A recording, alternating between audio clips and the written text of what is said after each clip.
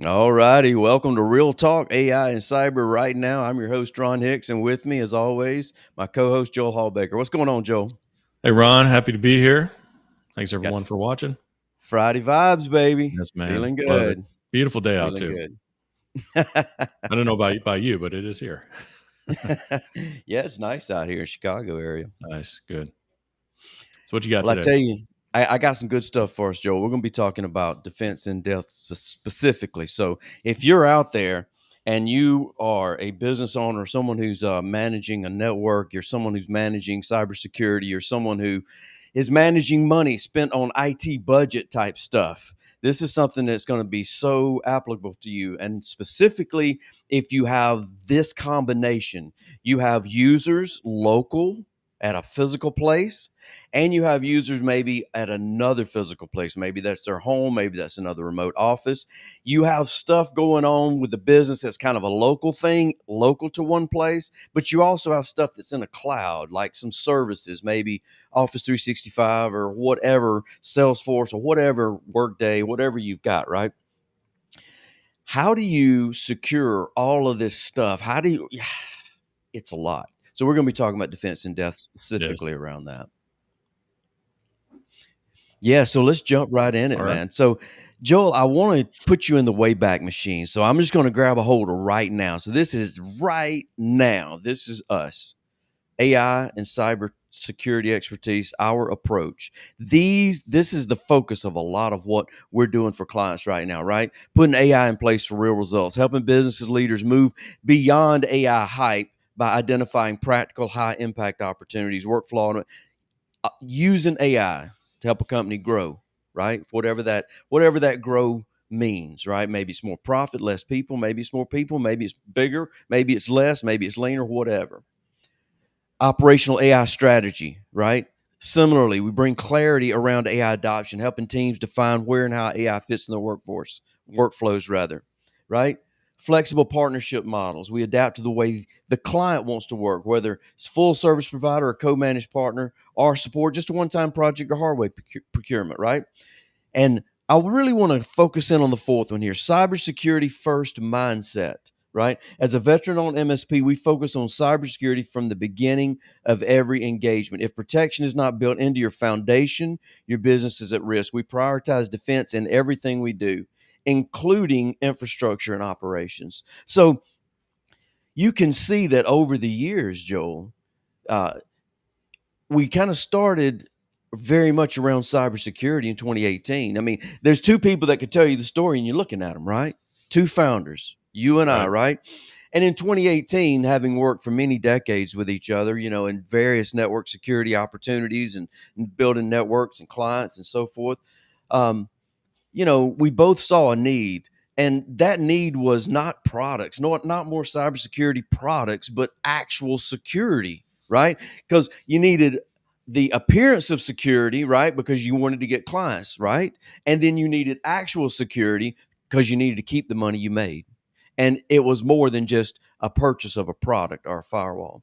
And so looking at how we put things together as our defense in depth back in 2018, right? I'm going to bring that up here in a second. What the pieces are, has it changed? How much has it changed? Does my network, if in your mind's eyes you're listening and we're looking at this, think about your own infrastructure. Does your infrastructure look more like 20, maybe not even 20, maybe 2000s, 2010s, 2020s? Kind of where are you at? We'll talk about that. We'll talk Right. about that. All right. So I want to start out here with the first chapter in a book I wrote recently. Security hasn't changed, the attack surface has. And so the point here, as it says, let's start our journey together by busting one of the biggest myths out there about modern security knowledge challenges. That myth is that today things are different. And because things are different now, you need a whole new approach to the problem. No, security is the same as it ever was. And so, by the way, if you want the book, it's right here on the website. Click right there, bring you to Amazon. You can grab the book. So, I want to talk about what this idea of security is in today's environment. And so I've got a little picture. Joel, I know you appreciate some Visios, right? Me and you love our Visios. We've been doing too many docs, too many XLSs here lately, so it's good to throw some Visios. Can I get an amen over there? Oh, amen. Takes me back. But I Love a think good this video. fits in so many ways because it's just a high level look at where resources are and where people are coming from. And as you can Hmm. see in the drawing here, you've got maybe some local servers, whatever those may look like, running whatever apps and services those may be running. Some local users, maybe this is a physical location, right? A lot of times you'll have some networking there, Wi-Fi and some LAN and so forth, and probably some edge firewalls, right, with an access to the big bad internet, right, and maybe another site, maybe another remote site, smaller, same, equal, whatever, with a connection maybe in through a VPN between the firewalls, right, or maybe remote users from home or wherever VPN. This is a lot of what I see around even now in 2025. This is Right. we're kind of looking at something from years back, like when we started. This is kind of the the the problem at the time, right? Some 7 years ago, roughly. But I don't think, as I Yeah, look I at mean, this, things it's a move lot the slowly. same, isn't it? It is, yeah, because it moves slowly. I mean, you think about why is that, right? It's businesses. It's kind of like when I used to do sound, like you're doing your job right when nobody turns around and looks at the sound booth, right? Right. So, like businesses, they don't really want to continue to spend more and more and more every year on big IT projects, right? Yes. If it's working, it's working. Let's leave Yep. it. If there's a compelling reason why we need to change it, okay. And there have been compelling reasons, but it takes time to Right. change because man, you don't disrupt that production, right? That's the Yep. key. Don't disrupt Yep. that. So, Joel, I think you're exactly right, Greed. I think there's a reason that this kind of topology, shall we call it, this way of grouping things, is still so prevalent today because it's a part of the defense in depth, right? Part of that defense in depth is hidden in the architecture. I mean, look right here, the mhm. connection to the internet. We have a primary ISP, right, running BGP, Yep. and a secondary ISP, two different ISPs for what we call a multi-home connection to the internet because internet is important. Our connection to the internet is primary to our business now. So as part of our defense in depth, we're going to make sure that we're not down, Right. right? And so part of the structure here, even hidden at the beginning, is this idea that there's some things outside, some things inside. Different users coming from different places. How do we make it all connect, and how do we secure it, right? And how do we group it together? Because there's different ways in different areas here, right? So what I'd like to do is to click the after button. Now, when I click it, it's going to have a lot on the screen. It's going to be a lot. So this is our defense in depth blueprint, right? So if you look at the different pieces, I highlight four of them here. So this is talking about specifically how do we secure an environment, a cybersecurity approach, right? To hardening the environment, to making sure that we can see things, to making sure that we know what's going on, making sure that we can respond when things happen, all of these things. So there's four main big groups that I want you to look at. Number one, a SOC and a SIEM, cloud-based. What is a SOC? A SOC is a security operations center. It's the people looking at everything and deciding and helping with security, right? Usually there's an internal part, your team, and then there's an external part. So this is the external part running the right tools. What's the right tools? A SIEM, a security incident event manager.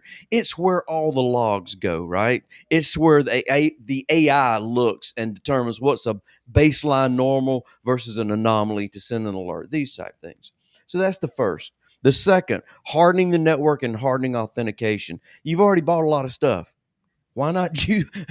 Your security's only as good as your configs, like we always say, right? Why not just configure everything you Right. already got securely? Spend a minute, make sure it's solid, configure it up. Number three, you got to use more than just this network segmentation. I will go more into that. You got to do more than just a firewall here or there, this network thing. The action is at the edges, right? So there's more to security than just the infrastructure and the SIEM and looking at the logs. There's got to be a way to see exactly what's going on each device. That's EDR and being able to act on it. And then a SASE, Secure Access Service Edge. Think of it as a cloud-based security station. So yeah, we're checking, we're locking things down at rest, but are we dealing with them as it moves? So that's that security checkpoint. A cloud-based version of a firewall, a VPN, and so forth. The beauty of all of these together is that it deals with security in the proper way, closest to the what's needing to be secured, but it also provides the information and gathers that information and gives you that information. So this approach is completely vendor agnostic. Let me point, this isn't a Cisco approach. It isn't a Palo approach. It isn't a Fortinet approach. It's the approach to use all of that equipment. Right. Yeah, and I think it's still very applicable today. Um, it's kind of like, when you mentioned that all the actions at the edge, it's like a walled city, right? We talk about a full fence and all that too, but a walled city, of course, that's where you're going to find the action, right? That's where the threats are. That's where things are going to be happening.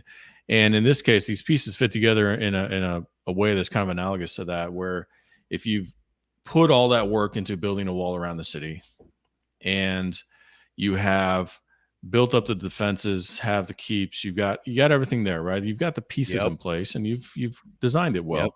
Great. You've trained people. You trained your people to like know what to do if there's an attack. But you also need that guard up in the tower, right? You need someone watching. You need to know if something's happening, right? You can't just wait for, oh, hey, they're beating down the Yep. gate with the battering ram. Oh, we didn't realize there's 20,000 soldiers out there right outside our gate because no one was watching, right? So all those together, it's perfect, really, in that sense. I agree. I think it stands up well. It stood the test of time with multiple vendors and Hmm. multiple everything from a small SMB that's all of a sudden now we need a second location, or now even remember 2020 when everybody had to work from home. Now all of a sudden Right. everybody was a multi-site business.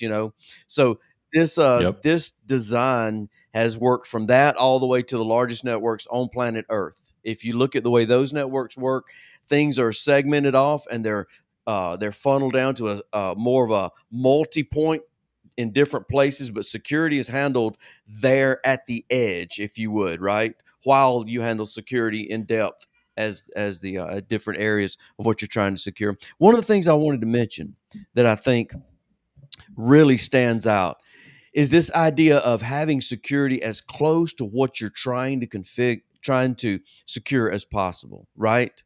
That Mm. principle is another architectural type or security best practice that really can lead the defense in depth. I'm thinking of things here like in the hardening of the network here, specifically network segmentation and NAC, network access controls. So think about what network segmentation does. Instead of saying there's an edge firewall, and all the stuff inside is good and all the stuff outside is bad. Now we know we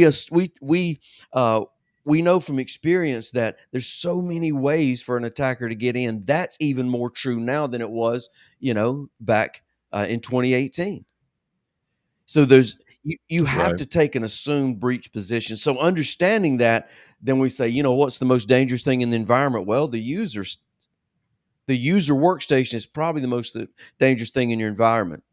Maybe the Wi-Fi, because it's easy to maybe jump a hash and get in there and do a man in the middle and maybe take over a box from that. But I would say understanding that the users are as bad as the internet. So, right? So that immediately makes you think, okay, well, how do we do network segmentation? Well, we VLAN things off that are important. We run everything through a firewall. There's a design that puts security at the center, not just as a phrase, but literally. Literally, the firewall is the layer 3 boundary for everything in Yep. these different virtual lands where you protect things. And taking it one step further, making it much more scalable, we take a cloud manager, create a base policy based on what the company has decided that is approved and not approved, push that down in a uniform way to make it more manageable. But the idea of the firewall being at the center is still very much applicable now. And I would say even more so. You really need that. If you're not running your traffic through the right device in the right way because it's just architected wrong, you're just losing out on a Right. lot of what the firewall has available. What's gonna feed if you don't do that, what's the firewall gonna send to the SOC or the scene or whatever? Right. Well, and these are timeless principles, and that's why this holds up so well. This is why we can compare it to medieval times, medieval cities and the Yes. way they were defended, right? Yes. Because they're timeless principles. And when I think about, putting the security closest to what you're trying to secure, that's been a practice in good network security forever, right? I mean, when we would configure ACLs on a switch, we would configure them on the VLAN where the traffic is Yes. originating. You don't wait for that traffic to go all the way across your network and then, oh, let's stop it at that firewall out there after it's already traversed everything, eaten up all the bandwidth and potentially leaked into something else. Who knows? Like you stop it at the Yes. source. And so you can't do that if you don't have something intelligent right there in the center, as you Yes. mentioned. And you also don't get the intelligence off of it if it's say just a switch. Oh, okay, it's logging, right? It's logging that the ACL was hit. Well, it's not a stateful rule because of the ACL, and a switch is not, right. So all sorts of things that are wrong with just using a switch there. A firewall is going to not only tell you what's going on with very clear, indications of what the traffic is, where it came from, what it's doing, but also has that ability to knock down threats in real Yep. time. I mean, what if you do have something that gets compromised and it's in a user VLAN and you've got servers sitting over here with important information and that compromise tries to spread? Well, the firewall most likely will knock it down. And if it doesn't, it's definitely going to make a lot of noise about it. Right. And the SOC and the SIEM it's going to show up. Yeah, So it makes a lot of that's sense. exactly right, Joel. And defense in depth is not only the architecture, the way that we're talking about, but it's also literally a stacking of technologies, right? I mean, think about the example that you Mhm. just gave. Yeah, at the edge, we're talking about a firewall, but what's one step even closer? The EDR agent that's on that machine. So, and not just Right. the EDR agent, it started off, by EDR, I mean endpoint detection and response, right? So it started off maybe many, many years ago as antivirus or some kind of technology that sits on the machine that recognizes good and bad things, right? And it's evolved a huge, a huge amount over the years because of the ability of these agents to be controlled by a mothership, if you will, right? The socket that's Yep. really able to take a tremendous amount of logs. If you look at the JSON logs and the different logs coming off of these machines, it's just a mountain of information. So machine learning to recognize anomalies has been around a long time before AI. But I would say since Mhm. especially AI is on board now, it's able to deal with what's anomalous and what's not even better, even faster. So these things are even more important that you put this architecture in place and you put the right things in the environment to give your scene what it needs. Those are like the agents on the machines. One of the things I'm thinking right now, Joel, that I would probably add in addition to EDR would be something that would intelligently look at the machine for what anything on it that might turn it into a gold mine for someone else that I don't even know about. Right. Like, you know, Big I'm not time. sure that's different now, but it's certainly something that's part of our specs right now. Is that you Yeah. may think that your gold is the server that you VLANed off and put network segmentation on, and you paid the extra money to be watched double, and you got right. But the actual truth is, the person who's using that information has dumped it on their local machine, and you're not treating that local machine as with as much security as you are the server. You know the data's on the server, but you don't know that data's over here on the local workstation. Right. And so Yeah, and you've got to be compliant too. I mean, think about the compliance implications, right? That you have PII or something sensitive on these workstations that you may not know about unless you have an agent or something on there that is checking it. And it's not good enough to do that audit once a Yeah. year, right? Agreed. You can't just do that, right? You need something that is telling you all the time, or at least, regular or enough. So that it's not just, okay, hey, we checked this box for compliance at the end of the Yep. year, but no, we actually are secure. Because I mean, yeah, compliance is great and you need it. And if you want to be insurable, you need it. But don't you also want to reap the benefits of the whole intention behind that compliance, right? The idea that we don't want PII to leak out. We don't want sensitive company docs to leak out. IP or any of this information, trade secrets, right, of the company to get out. You've got to have something in place to stop that. And the best place to do it, like you mentioned, Ron, is going to be right. Yeah, it's going to be right there. It's got to be an agent that's smart enough, that's up to date, that's going to be able to do that. Yeah, and Joel, we could do and trying to keep her moving a bit. We could do an Yep, entire got the show propellers on turning. right on agentic security, the agents that are on the actual. And when you say agents now, I gotta like all of a sudden back up and say I'm not talking about AI agents, right? Because it's kind of weird now. But no, the things that are actually on the device, the software, the agent installed, the endpoint detection and response type agent, one of these cybersecurity first type agents like Joel and I just described, that looks and audits that machine and keeps that machine and make sure that that machine doesn't have things on it that in case of a breach is going to come back and cost the company a lot of money. That's the value in this, having the agents right on your machines, is you as a business owner, or as a person responsible for this information. How would you sleep if you don't know? That's the worst part. If I ask you how much PII do you have in your environment right now, Yeah. and you don't have an answer, that's a cause for concern, because you don't even know what you're trying to protect. And so before you build the defense in depth, you got to figure out where the protection is, right? Or what we're And let's trying to just say protect right as there, soon as we could.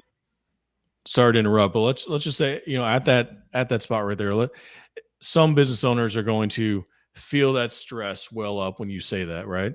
Others are going to say, "Ah, man, another thing, forget about it." Like I got too much on my plate now. Yes, it'd be great to worry about that, but I don't want to worry about that. There's multiple camps of how that's going to be received, and that's kind of the whole idea, right? That's not for you to figure all out on your own, right? You hire experts all day long to figure things out for you in other areas, and we all do. We all have to, because we all cannot be an expert in everything, right? So you have your job, you have what you do as a business owner, and your 20% that brings you your 80%, and you Bingo. delegate the things that are not your expert. I mean, what are you worrying about trying to figure out how to be a cybersecurity expert as a business owner, right? No, you delegate that out. You Exactly. find someone that does this every day, all day long for hundreds and thousands of people, and let them show you how to do it and get it done. Exactly, exactly. Yeah, you need when stuff like some things, you need a good friend, right? You need somebody who kind of got the wherewithal that can help, or else you just Yep. wind up spending a bunch of money and being worse off, right? I'm reminded of the picture where you got just a gate sitting there with no fence. It's like, man, that gate's like really awesome. It's got a lock, and it's all got gold leaf, and it's If you kind of don't know like, what you don't know, right? I mean, I yeah, had this Dunning conversation this Kruger, right? morning. I had the conversation with a guy who does accounting controls, and when he was describing, I'm like, man, that sounds like exactly what I do, but in the accounting world, right? And he points out the blind spots. He points out the Yep, the best practices and controls you should have in place yep, to keep you from having money just going out anywhere in your company and getting lost, and leaving open all sorts of gaps where someone that's being tempted the wrong way one day decides, hey, I can steal this money, no one's going to know about it. yep. Put those things in place, right? And that's, I want to know everywhere to do that in the business, right? We hire people like that to help us with that. Absolutely. That's a So, really good point. Really good point. Some similarities to the division of duties and the double right. thing. I'm reminded nowadays of, something that I would say I would double down on yet again on security beyond where we've been before with things, is like in the processes around certain things. Like some things are a security event, right? And so you got to recognize them. Let me give you an example of a security event and a process as a recommendation. Um, an ACH needs changing. That's a security event. We have a process for that. We're going to jump on a quick 15-minute Zoom, and we're going to look at you. You look at us. We know you. You know us. We take care of it. You're done. The security, maybe even put a security person from the business if it's larger. One of the Mhm. team attends the 15-minute to make sure that security things are really tight. Right. Similar to like um, when you do a cybersecurity audit. Like for us, we do a cybersecurity risk assessment, and it focuses on risk and real dollars, like what's at risk for the company. And I mean, it really is like points specifically at that much stuff will cost you X amount in the event, and you can lock things down, and that's what's open. Your people will your people will enable an event, or your people will not. We go and we talk. The things that we look at are the things that matter. Like, what are the processes? Let's talk. When something happens like this, what do you got? What do you do? And you look at everything based on what's actually going on and determine an actual cybersecurity risk. Right? When you do those things, it really is an event where they recommend a lawyer be around when you Mhm. present the results, because the minute you present the results, there's legal liability that comes with it, right? Because then a judge says, well, did you do what's reasonable? You could say, yeah, I did what's reasonable. These guys are cybersecurity experts. I watch them, research them. Yeah, they do this type of stuff. They really help me. So yeah, I brought those guys in. Excellent job. And then they look at your partner, us, and they say, what did you do? And we show this, we do these things. We log this for this, right? Take Yep. Solar Winds, for example. I watched that recently. And it's like, I don't want to talk bad about Solar Winds. I'm really trying to watch, because I really appreciate the difficult position that you're in as a supply chain. But one of the responses was that an intern left a password, SolarWinds 123, and they kind of blame that in their social media. And maybe it's just me, but it just felt like I know more. Mean, when you have a nation state like Cozy Bear, I think is who they said it was, APT 29, if I remember correctly, is who most attributed to. I don't know. I'm not saying. Gotta be careful these days. No, but That's Ron Hicks that said that, not Joel Hawbaker. thanks. Yeah, you see that, man, when you're up against that type, there's like you're probably going to get beat somewhere, right? It's just a matter of time. So learn from it, be transparent about it. This is a much better approach. And so it's much better to look at the environment before an event happens and be transparent and be like, you know what? Before is before, after is after. I want to do what's reasonable now. So we've got X amount of money to spend on IT. I want to spend it proactively, and let's empower people with AI. And I want to spend it proactively, and let's see where we're at with our cybersecurity risk, and let's move forward in every way. That's the kind of that's the kind of approach that never fails, right?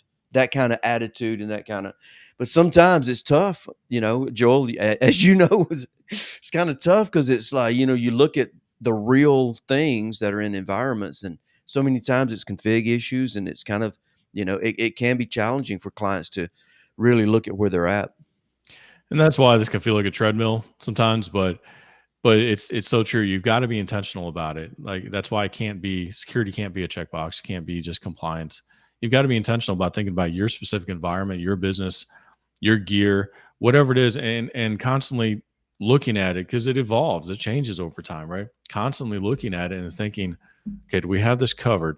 Do I know right now that over there, right, that our passwords that we've gone through an audit and we know that our passwords are good, that they're not, we don't have any defaults in, we don't have weak passwords in. Do we have a system that checks for that? Do I know that we've had all our configs audited on our switches and firewalls? Things like that, right? You've got to be intentional to do that and to do it over time, put those practices in place. There's no magic bullet necessarily. Mm. It's just about being engaged. There's no way to just set it and forget it when it comes to cybersecurity. No, it's a mindset. It's a lifestyle Mhm. change. It's Yep. something you put in. It's just put in the weekly, put in the quarterly, put in the monthly. Go ahead and get the get it going. These are the things that we need to do to maintain and be responsible with. Yep. There's no business now that doesn't depend on the internet. There's no business now that doesn't depend on computers in some way or another. So this is a universal kind of cost of doing business now. You need to do it. You need to do it right. It matters. So Joel, what I want to do is let's do what we always do when things are important nowadays, right? Let's ask AI. All right. Let's get some of that digital dementia. Digital dementia. I love it. Oh, you make me laugh. That was good. All right. So, how is cybersecurity different now than in 2018? We're going to use Copilot today. Okay. Great question, Ron. Cybersecurity has evolved significantly since 2018. Let me make it a little bit. See if I can do a little bit better job. Is that better? That's probably easier to Oh, yeah, I can read. see it Ain't fine. Yep, looks good. it? Okay. Okay. All right. Let me do that. Hopefully There everybody you else go. out there can see it fine. But, yeah. Great question, Ron. Cybersecurity has evolved significantly, but some foundational principles remain constant. Here's a breakdown. Threat landscape 2018, ransomware and phishing were dominant threats. 2025, threats are more sophisticated, including AI driven attacks, supply chain compromises, deep fake based social engineering. Completely agree. More sophisticated attacks are going to probably get through more. AI driven, automated, just banging the door down. I think what we've always taken as our assumed breach position, right? We start with, okay, somebody clicked on something. Okay, something got through somewhere in the defenses. Go. What's here? How can they move around? What's hard and what's not? What do we see? What don't we? What do we do? Right? All this type thing. So yeah, threat landscape, it's even worse, not better. It's worse. Reading that though, I'm like, AI, those are kind of the same things. 2018, 2025, right there. They're it pretty much listed the same things, just in different words. I mean, AI driven attacks, I guess, is more of a new thing, but it's still phishing and still ransomware, right? It's Yeah. it's it's just new tactics. That's all. It's social engineering. It's tricking people. That's exactly what's going on here, right? Right. Technology and tools, AI and machine learning, now widely used for threat detection, anomaly detection, and automated response. Yeah, I agree. Zero trust architecture has become mainstream, emphasizing never trust, always verify. I would agree. Cloud security, more advanced due to widespread cloud adoption, includes container security and cloud native tools. On the cloud side, I Mm. would say definitely. I mean, the having those SaaS alerts come into Right. the scene and having the SOC be able to watch what's going on in the cloud around the cloud security. I mean, of course, right? Did you configure it right? What is this? Did we Right. configure our Office 365 tenant correctly, and so forth and so on? So, assuming things are configured properly and assuming they're configured to throw alerts, getting those SaaS alerts into the SIEM is a huge part of the security on the cloud side. Well, of course, the cloud architecture, is a big thing too. How you build out an environment in the cloud compared to how it's really changed a lot. At first, it was much. A lot of it was let's try to rebuild what we have on prem, right? And now it's very different. A lot of the principles are different when you're building out cloud environments and security. So that does change things. But also, I think in the time that we've kind of reached a different level of maturity in the cloud too over the last several years, right? So many more companies have adopted it. I mean, really, it's been going on for a long time. Have adopted it, and there's a different level of maturity, I think, from the providers too, where defaults are now not as atrocious Yeah, as they used to yeah, be, yeah. right? I agree. So that helps. Yeah, agreed. I think about you know, setting up a Palo firewall versus a vPalo, for instance, Mhm. specifically looking at cloud security and kind of mimicking the way it is in the physical, in the virtual, as kind of a starting point. I think that those principles stand, segmentation and things that are close, but I think the things that are different is the requirements are different. In fact, they're even more challenging. I think of maybe an AWS setup where you've got a server that's provided there, and you've got your environment. But then they're going to nat that publicly before you send it out, in addition to whatever you're doing. So it's just a whole nother. It's a whole nother layer of complexity that's specific to the cloud stuff, isn't it? It really is. Yep. Yeah, it really is. Yeah, good call. Regulations and compliance. 2018 GDPR has just come into effect. 2025, much more global privacy laws. CCPA, India's DPD Act, stricter compliance requirements and broader enforcement. I agree. Regulations and compliance are much worse now. That's true. That's true for sure. Not just the laws, but I mean, insurance is every year they're cracking down because I mean, what does insurance do, right? They got to find a way to not pay, right? So they're Yep. constantly cracking down, increasing the requirements for compliance and what you need to be doing as a best practice. They've been in some ways a little behind the gun. You know, they kind of always are a little bit, um, but it's always moving forward. You know, just lagging behind a little bit, and it's putting a lot stricter requirements on businesses these days. Yeah, yeah, it really is. I'd also like to say one of the things that's changed is the way that compliance stuff is handled. I mean, nowadays you really do need to have some kind of cybersecurity slash AI, probably both training in, that's provided to your user community. And that training needs to be tracked. And that's part of the compliance is that Right. because the questions you're going to get is, do you train your people and how often? And so, having a system in place that's going to not only do what the compliance requires, but also track that it's done and who and how and actually do it at a level that provides the results is so doable now. I mean, it's just part of the suite, the part of the defense in depth, right? Is those pieces. Um, yeah. Very true. Workforce and skills, remote work, post pandemic shift led to new security challenges, securing home environments, BYOD policies. I completely agree. Yeah. Yeah, this all the things it's kind of interesting. It's like we were talking this week, Joel, a little bit earlier about if if you've done security at large enterprises or large networks and understand, these are the principles that are in place because they work and when it has to be right, it's done this way type thing.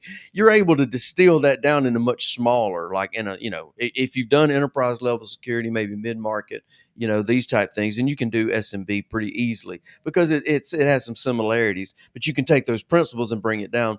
And Mhm. it seems that whenever 2020 hit and the pandemic, all of a sudden now everybody was at least a multi-site type business. So a lot of these principles really immediately changed right there. Right. Yeah. And I mean, just trying to secure a lot. You know, they had a bit of technical debt, I guess. You know, from maybe not having the best practices and the best cyber hygiene over the years, and all of a sudden it was put to the test, thrown in the Yep. fire. Right? Like, you Yep. have a bunch of personally owned devices on your network. You have Yep. people working from home. You have people working from who knows where, and now that was the proving ground for who was ready for that and who wasn't. Yep. And we like say right here, BYOD policies and such. I mean, it's really common now, and it was common in larger companies then, but it's really common now that just about any device is going to be a corporate managed device. But Yeah. it Yeah. wasn't across the board that way back then, right? That Yeah. changed because all of a sudden these IT directors and they're they're looking at me. I don't know what's on our network anymore. I don't have any visibility into that device. Is it compromised? Is it up to date on the patches? I don't know. And so they had to scramble. But I guess in some ways that's been better for the industry. Kind of got people caught up quickly on cyber policies. True, and the cloud, you can get a virtual machine now. If Right. that's your goal, without having to provide a physical machine to people, let them run whatever they want, but run your virtual machine for their particulars. So yeah, there's so many options there, but the principles remain. It's so there's so much that we look at now that it has to be around a policy because you're the company. What do you want to happen? And okay, now let's enforce that. What do we need to do to monitor that? Put controls around it and so forth. And these policies about how do we do this or that or the other. I just think that it's hard to know how to do defense in depth, and it's hard to know what tools you need if you're not real clear on what it is that your policy is, right? So, looking at things like DLP, if you don't have a SASE in place, if you don't have some kind of controls that you go through, how do you control the slippage of data away? If you don't have that agent on the device, how do you control when somebody copies something onto the machine or downloads something locally that is going to cost you money? If you don't have a policy that we're not going to allow these things, and that it doesn't, you don't have anything that guides you. That policy is Yeah. so important. And you really don't have any way to answer those questions. You don't have a way. You don't have visibility. You don't have control. So what can you Yeah. do? Stuff can be leaking out of your network, and you want to know. Exactly. Yeah. Last one, attack vectors, IoT and OT security devices. Yeah, man. Maybe I don't know how popular in 2018 was IoT devices. It seems like pretty much they were a lot then, and now Yeah, it's there was a everything. lot then. Yeah, I mean, Yeah, I think mean, about like Nest thermostats and things like that. Those are around years before that. yeah. But check Joel out with the quantum threats. Look at you leader in the I industry. That was what, 2 must be weeks ago we talked about quantum scraping my threats. information, huh? Yep, yeah, there you go. It Yeah, is. It learned from you, didn't it? Yeah, so I think even old AI agrees that there's some real principles that stay the same and some change. It was encouraging that this one popped up as a core principle right out of the gate. right. You know, and I completely agree. Within our defense in depth, we're kind of these are the things that we're saying: least privilege, hardening the user, authentication by doing Active Directory tiering or doing those type things. Regular patching. Human error remains a major vulnerability. Absolutely, hardening that human firewall with the training, as we talked about, uh, and doing your reps too. I don't want to go without saying that, because it's like, man, you really need to do these tabletop exercises where just kind of talk through what's going on right now and what would you do. Sharpening that sword is so important. Well, think about how long BCDR testing has been around, right? That's been a common practice in any company that cares about business continuity, disaster recovery. That's doing the reps, right? And so the Yep. same thing has to happen here. It's not just a matter of, okay, we lost the site, so do our backups come up over here? What do we do about that? How about the network connectivity? Do we have VPN that can be brought up over there? Do Yep. we have do the public services that were hosted over here show up over here? Like that's testing and making sure that your business still continues to run. Why Yep. would you not do that with cybersecurity? Why would you not make sure that if we had an incident, let's say ransomware, let's say key servers all of a sudden are hit and boom, they're gone, right? They're just locked up and there's nothing we can do about it. What do we do next? Okay, it's an important question, and you should be practicing that. You should be sitting down and figuring out your strategy, getting the binder out. Everybody knows like, hey, what's the next step, and practicing. It's a 1 hour meeting. Mm-hmm. I mean, why in Don't the take world much. wouldn't you just schedule it and let's do one? Because It's intentionality again. It's being engaged. it It's is a mindset. there is no better bang for the buck. I mean, Mhm. literally, than to walk through it. The things that come out are so valuable. Let me give you an example. We got an alert. Well, what does the alert say? Well, who is it that's going to get the alert first? Yeah, good question. And what if that person's not real sure if this alert, what's next? How do we track the next step? Do you have a system that tracks it? Does this person, who they call? How do they call them? Is that tracked? At which point and who decides, is this an incident or not? Because that's the big fat gray area that you don't really, that's the kind of stuff that really comes out whenever you do these tabletop exercises is, okay, maybe we do need an incident response plan if it's not written down. And okay, maybe that incident response plan that's a template that someone gave us that we updated a little bit, maybe it really doesn't flow right. And maybe now I can see some updates that are needed to, really solidifying how we go all the way down the line, right? And just by doing it once, it gets so much smoother. You just got to do it. Right. And it builds that confidence too. You don't want people panicking when an incident happens. Got to remain Exactly. calm. Got to know what do I do now, and Exactly. that's why Exactly. the largest organizations, that's why the military, that's why the government, they all operate that way, right? They have a plan of attack. When something goes wrong, here's the plan. This is what we do. General quarters, general quarters, general quarters. Every man respond to your battle stations. Yeah, that's what you There you have. Headed to CIC. Yeah, and it's true. You know, well, you have a fire drill, don't you? Like a go. little, I hope so. If you got folks locked up in a building, you kind of responsible for making sure 911 kind of goes to the right places and so I mean, forth and so on. think about that. Think about the terrible, tragedies that have happened over the years, right? And like the one in Chicago that what was that, 10 years ago or more, where a bunch of people got locked in a stairwell. Remember that? And it was because the door at the bottom of the stairwell was locked.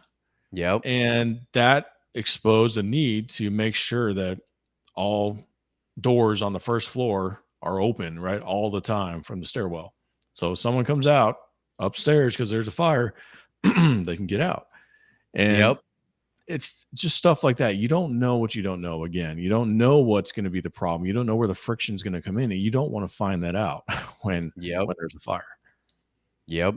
This isn't something that we just preach. This is something that we put into action. Like Mhm. when we do projects, a good example, we got a virtual lab where we, build out our clients' environments virtually so that when we do major projects, we want that cutover to be done in a window where there's no downtime and it's a small change and a quick rollback and verifications. And the only way to get that done is to test it ahead of time and make sure you come to the table with a known good. It's kind of this concept is applicable in so many different environments because it's one of those tried and true principles, like we're talking about with defense in depth. You look at what the Right. military does. I mean, they're going to go and think of every possible way that this thing can go sideways and have a plan for these different things so that at least they've done one rep because that first rep, man, really matters. It does, big time. Yeah. Yeah, good stuff, Joel. You make me want to do a tabletop IR There you go. exercise. Uh, Maybe we can do that Importance of sometime. monitoring, continuous monitoring and logging remain critical for incident detection and response. Yeah, man. I mean, you can't blindfold yourself. I got to. So, Joel, I think this kind of stands the test of time here, my man. You know, It really this does. this this Yeah. idea. Sorry to interrupt. Go ahead. No, I think I interrupted you, but it really does. I mean, the principles are the same. Difference is, okay, are there different tools, different things in place that we can use now? Yeah, there are, right? A lot of them are actually really similar and the same. Of course, you've got AI now. So, what are you doing to achieve the monitoring and the visibility with AI?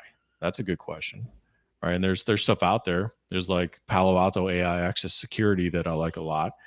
That's a platform that will keep all the AI use in your environment cataloged, and then help you control it, right? Not just catalog it, but also take action on it. Put policies in place that can lock it down.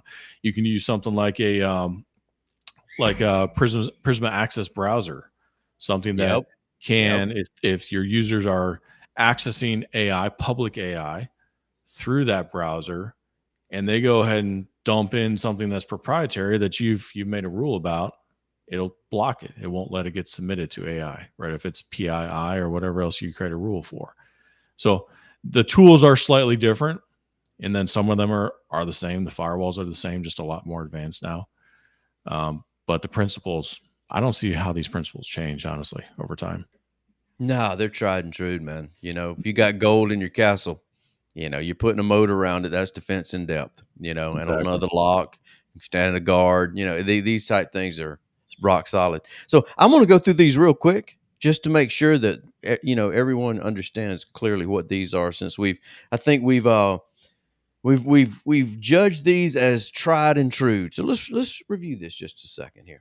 So starting here with number one, a seam, sock, and knock. So here you're looking for a best of breed AI based solution. It's a single that provides you a single pane of glass. That's going to be basically everything is coming into one, it's been analyzed, and here's kind of the result, right? We're using all of the tools together synergistically, preferably vendor independent.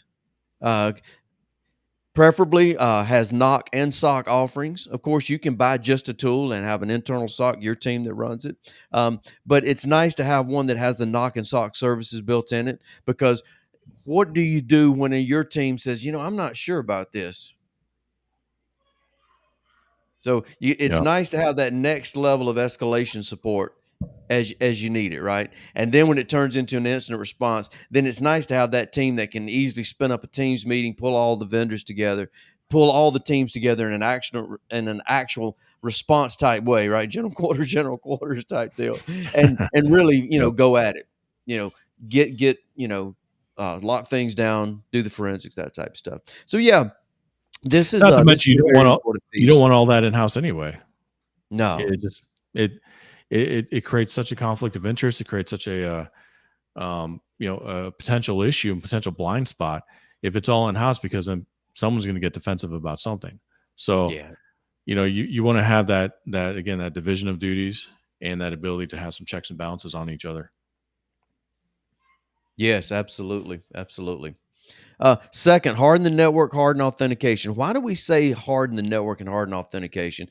Because these are the ways that people get attacked. They usually get attacked remotely through some kind of remote access, and they are attacking specific authentication points, right? And so we're looking to harden the specific area where attacks come.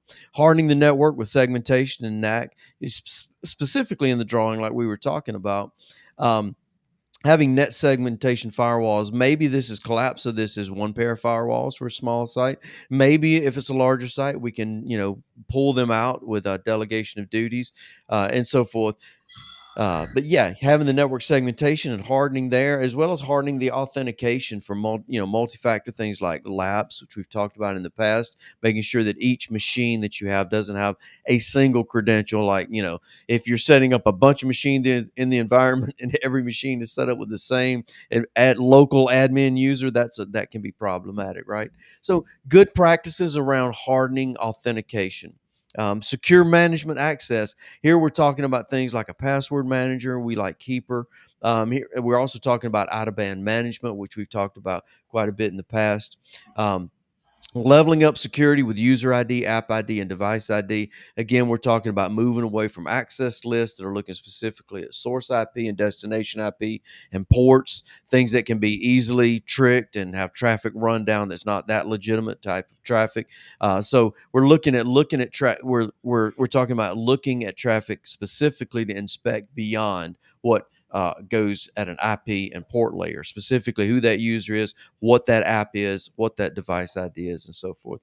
And yeah, like we talked about earlier, mirroring that, if it's secure and you've got the part done locally, is it secure in the cloud? Having the same type of principles mirrored in the cloud. So principle, harden what you already own, right, Joel? I mean, this is a lot of these aren't necessarily products to buy. This is just a kind of, let's get in there and make sure it's configured right. Let's make sure you're solid. You're only as good as your configs. I think everybody knows that they've got a lot of technology in their business that you know is not being utilized to its capacity, right? And so there's a lot of knobs and levers on modern firewalls in modern, like Entra ID, Microsoft, all that stuff. There's a lot of stuff that can be configured to make it better than what it is out of the box. And so if you don't, like you said, it's not something to buy. It's just something to go ahead and configure and make use of what you already did buy. And we think about like out of band access. I mean, that's a slightly different topic, but out of band access. I mean, think about, again, we'll go back to the castle in the city with the walls around it, right? But if you've got a castle with walls around it, and that's your perimeter, and then you've got an inner hold, and say all the treasures there, right? All the treasure and the gold and jewels are in this hold. Well, you've got one door that goes in heavily barricaded with guards outside. What if that hold was underground and nobody even knew it was there? There's no Right. gate, there's no door, there's no trap door, there's nothing. It's completely inaccessible. And that's out of band management, right? So your management interfaces on your network, your server management interfaces, the console ports for your firewalls, your switches, your routers, it's not even there. So someone compromises a user machine, and they want to go ahead and scan the network, which is, first step, right? Let's do some reconnaissance, scan the network and find out what's there. They don't even see it. How are they going to attack it if they can't even see it? It's not on the network. So true. So true. I'm on a detour right here, Joel, and show this internet edge that you're describing. So here's what we've got. As you can see, we'll just ignore the multi-home BGP out the top here and really just look at the management. You got a couple of routers here that the ISP owns, maybe on-prem. They drop some equipment on your site, handing you off an Ethernet connection. That's going into a couple of routers you own, a couple of switches, couple pair of firewalls, and pair of switches. These switches are probably the same switch in different VLANs, really physically, but this is kind of the layers that we're talking about. And so, how do you manage all this gear? Because look at these BGP routers that are providing you with this have a public IP address on the outside and a public IP address on the inside of them. How do you manage that? What are you going to do? Right. What are you going to do? Open up SSH to a public IP address for the whole world to bang on? What are you going to do? You know, how are you going to do this? Right. So it's already Right? it's already a standard practice, right, for these devices to have a management port, which is in a different network. It really is. Absolutely. It's in a different VRF, whatever you want to call it. Um, that is separate from the production traffic flowing through that device. So that's already a standard practice on the device. But if you take that management port, then you dump it right into your production network, Yep. you've just defeated the purpose, right? You've created, Yeah, okay, you I got a did. different VLAN, okay, but it's on the production network and it can still be found. What if that goes somewhere completely different, as if it were just a separate company altogether? The network was not any part of your network. How secure would that be? Right. Right. So Joel's saying if you took this management port here, right, this little management port to manage this device, and just plugged it right into your inside network and gave it a 10.1.1.0 number, think Mhm. about what that would do. That would essentially bypass the entire firewalls and route the internal network right, to that management port. All it would take is a little bit of a wrong config in that device, and now you got to make you have created at layer one, right, and layer two and layer three the possibility for something bad to happen here. Now, the equipment, it's a management port, so it's probably not going to route through the management port without some specific. But still, this is a bad practice, right? Yeah, and of course, you might say, "Well, what are they going to do with our routers?" Well, okay, so they might cause some disruption, things like that. But what about your console ports and your management ports on your servers and your VM hosts and things like that? Yes, Vulnerabilities come out all the time for those things. So just because you got a absolutely. password on it doesn't mean anything, right? If it's open and accessible, you could be in a lot of trouble. Absolutely, absolutely. So yeah, this works by simply setting up a VLAN. Just like any other VLAN on your switches, VLAN 25, we'll call it, and plugging all your management interfaces into that VLAN. Excuse me, got to sneeze. Plugging all your management interfaces into that VLAN, and then wherever you want to either plug your device, like for this, we have a firewall here with an engineer that can come in specifically and have this 10.1.25, this VLAN 25 subnet handed to him so that he can access all of these devices. There's other ways that we do it now, that um, we really like what's the name of the one ZPE that ZPE. Yep. yeah, we really like we can go into more of that Great another product. time. Yeah, but just to really, shout out to ZPE, they're part of our kind of our updated that we do with this right now, that it provides basically, you know, you got to keep your equipment up to date, right? So you got a stack of equipment, in an IDF closet, and you got, these different servers, and you got these different devices and things that you need to maintain. And when you update them, you might have to bounce them, right? You might have to reboot them. Well, what if they don't come back? And it's a lot of work on your internal staff to be after hours on the weekend or whatever in these environments, just in case. And you kind of got to, why not put the infrastructure in place so that if it bounces it, no problem, they can access it, just as if they were there with a console cable type setup and, serial. They can SSH into it. They can HTTPS into it, all cloud based, all, with the single sign on. So it's tight. It's really nice. The way that we do out of band management right now. Yeah, but that's the idea on out of band management. Again, defense in depth, Joel. That if you do this and someone attacks your environment internally here, they don't have access to VLAN 25. There is no VLAN 25 to them.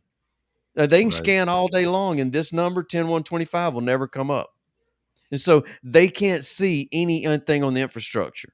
All they can see is the other devices that have the same IP as them and whatever we've controlled with network segmentation to other VLANs, right? But yeah, this is an absolutely excellent way to just design and configure equipment right.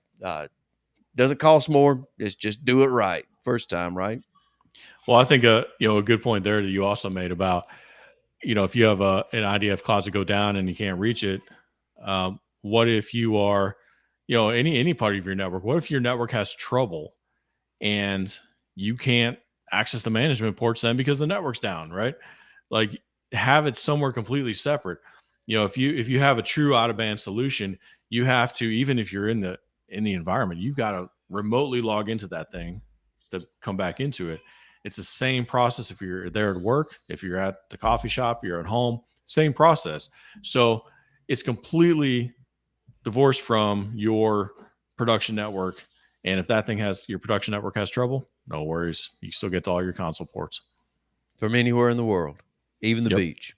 My tie in hand, cell phone, serial connection right there. Yeah. Amazing. Yeah.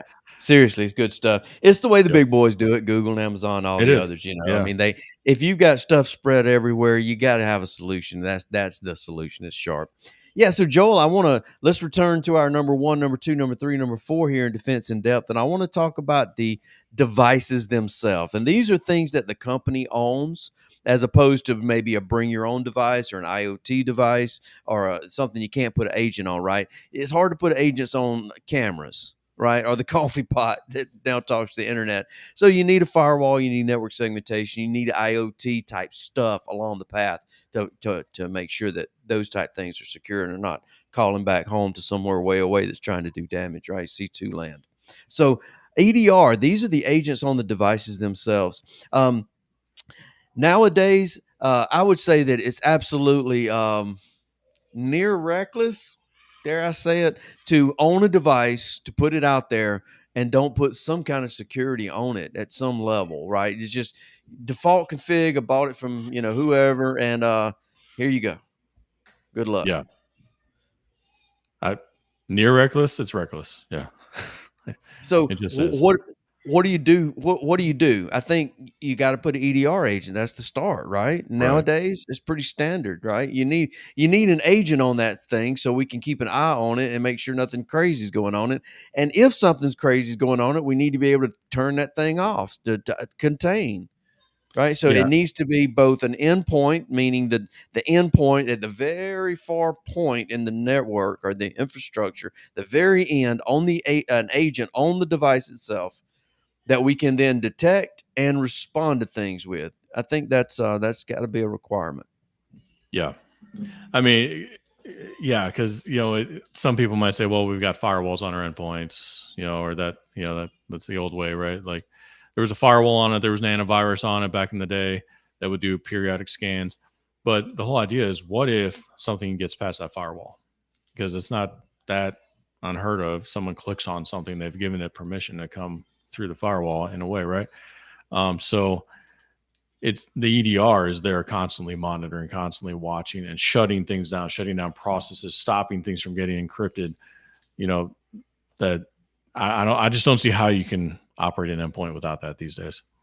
Yeah, it's a baseline. I do want to say it's not a stop all because I mean there's certain tactics that can absolutely you know disguise malicious traffic so that EDRs do not pick them up. That is a thing. So I think that's why number one you need it there to not like we've said before, you need it there so you're not the slowest gazelle, right? That cheetah's going to eat every day, and you just you're part of the gazelle. So let's make sure that you're not the slowest.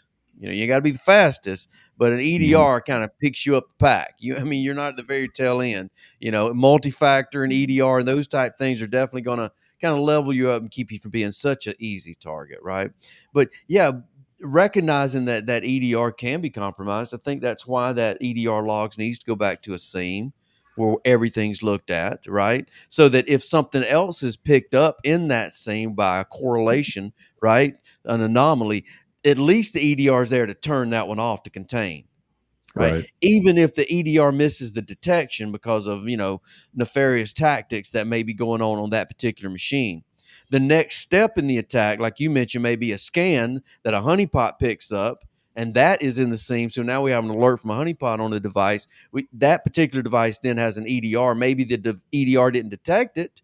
Maybe correlating things detected it, but now we can see what's going on that machine through the EDR in a threat hunting manner and respond if we need to. Yeah. Exactly.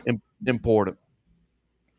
Yeah. So the last one here is SASE, and this idea again. Think of a secure checkpoint, right? Traffic is moving around. It's coming from traffic may be coming from remote users. It may be coming from remote sites. It may be headed to cloud. It may be headed to a local site. This is the place in the network where all of this traffic is scrubbed, and this is what provides things like data loss protection. So it looks out for like things like PII and EPHI, and for things that are required like HIPAA and healthcare environments. So this gives you a nice secure tool set that's really hard to build internal.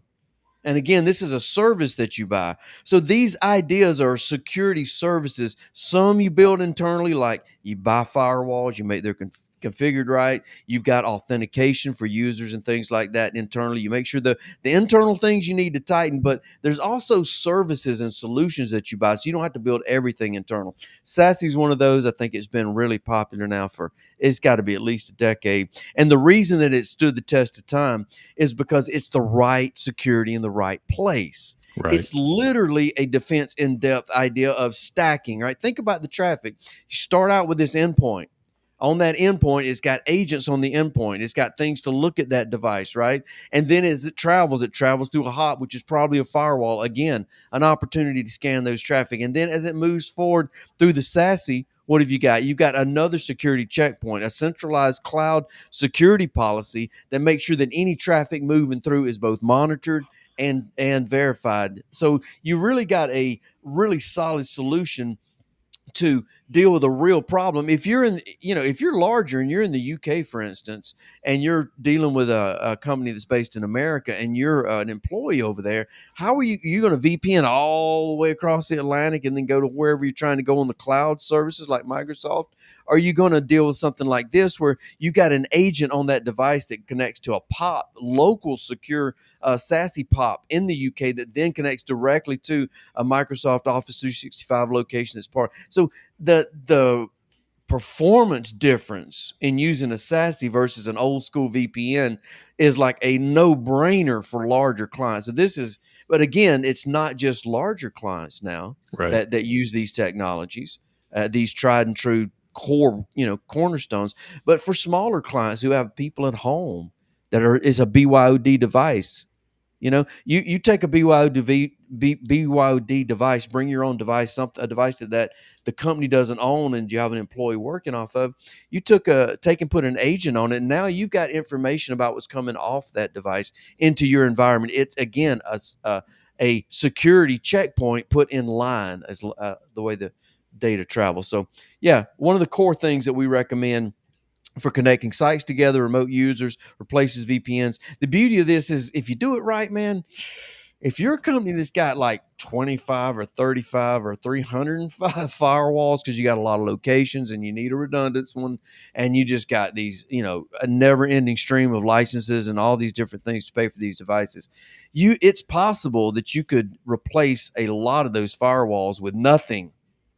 Like with a SASE solution like this, because a lot of them are you can pay for them based on the bandwidth that you're using, which means that you can divide the traffic coming out of that site. Let's say you got a couple of 1 gig connections. Maybe only 30% of that traffic do you want to go through your security checkpoint. The rest of it can just go directly to the internet. You don't care about protecting from YouTube browsing or something like that, right? But you do care about their Office 365. You do care about different things like that. So you can control what is put into the security checkpoint and only pay for that, as opposed to buying a full firewall with all the licenses spread out everywhere and teams to support it and all that. So there's some strategic things here where you can really cut down on the amount of equipment you have to purchase and the amount of people that have to run it by outsourcing the right stuff. I'm looking at you, Sock Seam, right? Number one, and outsourcing some of the tougher parts of networking with a SASE to handle things like DLP and other parts that can be really challenging.